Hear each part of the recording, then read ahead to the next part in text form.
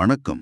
இன்னைக்கு நாம sir Edmund ஹிலாரியோட இமயமலை அனுபவம் பத்தி கொஞ்சம் ஆழமா பார்க்க போறோம். அவரோட சுயசரிதை த சமிட்ல இருந்து சில முக்கியமான விஷயங்களை எடுத்து கொஞ்சம் அலசி பார்க்கலாம்னு இருக்கோம். ஆமா, கண்டிப்பா. ஹிலரியும் டென்சிங் நோர்கேயும் மே 29, 1953ல எவரெஸ்ட் உச்சிய அடைஞ்சது.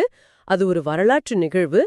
ஆனா அதுக்கு பின்னால அந்த அனுபவம் ஹிலரிக்கு தனிப்பட்ட முறையில என்னென்ன ஆழமான அர்த்தங்களை கொடுத்துச்சுங்கிறது அதுதான் இங்க சுவாரஸ்யமே. ஆமா, அதை நாம கொஞ்சம் புரிஞ்சுக்க முயற்சி பண்ணலாம். சரி, முதல்ல அந்த கடைசி கட்ட ஏற்றம், அதோட கடுமை பத்தி பேசலாமா? ஹிலரி அதை விவரிக்கிறதே அப்பப்பா கேட்கவே மெய்சில இருக்குது. நிச்சயமா. அந்த செங்குத்தான பனிச்சரிவு, அதுவும் மென்மையான பனி, கால் வச்சா உள்ள போயிடும். அப்புறம் அந்த சறுக்கி விழுந்துடுவோமோங்கிற பயம், ஒவ்வொரு அடிக்கும் போராட்டம்தான்.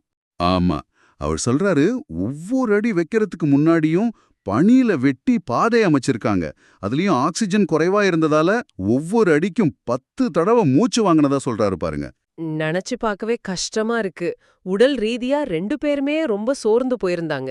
ஆனாலும் அந்த மன உறுதி அது மட்டும் கொஞ்சம் கூட குறையல. அதுதான் அவங்கள உச்சிக்கு கொண்டு போயிருக்கு. சரிதாங்க.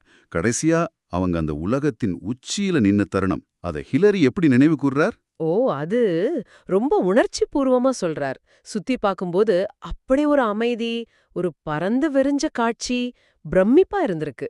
ஒரு மாதிரி நாம ஜெயிச்சிட்டோமோ அப்படிங்கிற ஒரு உச்சக்கட்ட உணர்வு. அந்த உச்சியில ஹிலரி ஒரு சின்ன சிலுவைய வச்சிருக்கார்.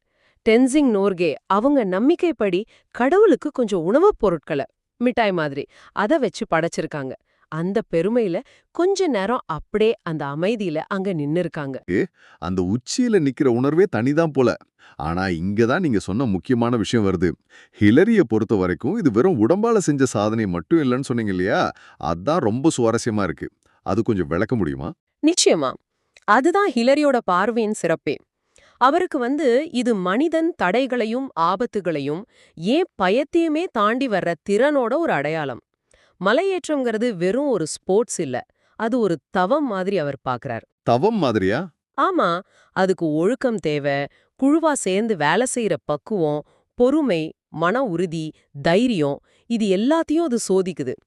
மலைகள்ங்கிறது நம்ம வாழ்க்கையில சந்திக்கிற போராட்டங்களோட ஒரு குறியீடுன்னு ஒரு பார்க்கறார். ஓ, அப்படியா சொல்றாரு?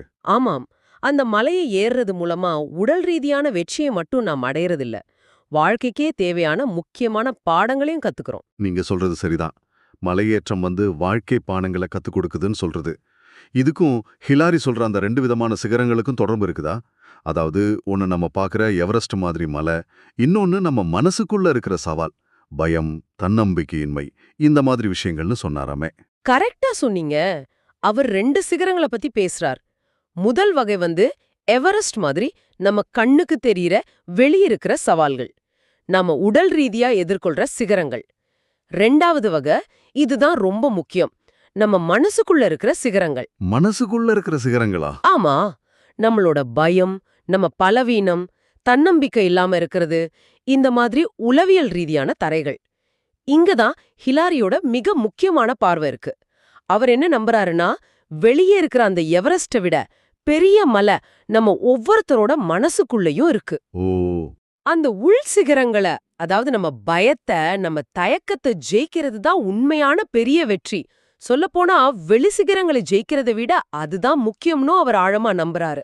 அப்போ இது வெறும் மலையேற சாகசம் பத்தினது இல்ல, வாழ்க்கையே எப்படி ஜெயிக்கிறதுங்கிற ஒரு தத்துவம் மாதிரி இருக்கு இல்லையா? இது நிஜமாவே ரொம்ப ஆழமா இருக்கு. இதன் அர்த்தம் என்னன்னா, தைரியம், மன உறுதி, விடாமுயற்சி, இது இருந்தா வெளித்தடைகளை மட்டும் இல்ல, நம்ம உள் பலவீனங்களையும் ஜெயிக்க முடியுங்கிறது தானே? அதேதான், சரியா சொன்னீங்க.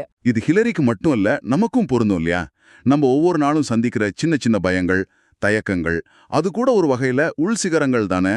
மிக சரியா சொன்னீங்க. எவரெஸ்ட் வெற்றிங்கிறது மனித குலத்தோட அந்த அடக்க முடியாத மன உறுதியோட ஒரு சின்னமா நிக்குது, மறுக்க முடியாது.